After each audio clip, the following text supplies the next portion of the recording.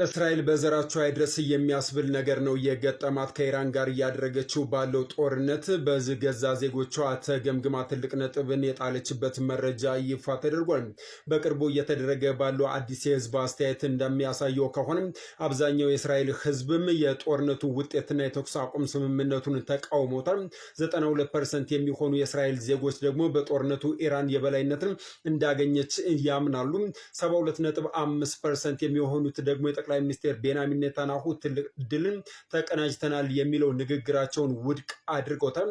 87.8% የሚሆኑት ደግሞ የሀገሪቱ ወታደራዊ ግቡን አልመታም የሚል እምነት አላቸው።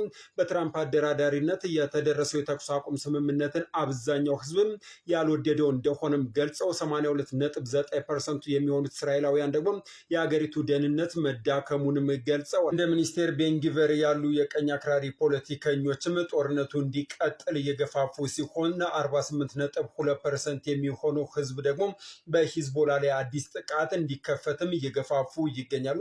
ይህ የህዝብ ቅሬታ የፖለቲካ ጫና የተፈጠረው የጠቅላይ ሚኒስትር ቤንያሚን ኔታንያሁ የሙስና ክስ ሂደት ወደ መጠናቀቂያው በተቃረበበት እጅግ ፈታኝ ወቅት መሆኑን ደግሞ ብዙዎችም እየጠቀሱት ይገኛሉ። ታዲያ የዚህ የእስራኤል ዜጎች ግምገማ እንዴት አያችሁት? ሀሳብ አስተያየታችሁን አስቀምጡልኝ።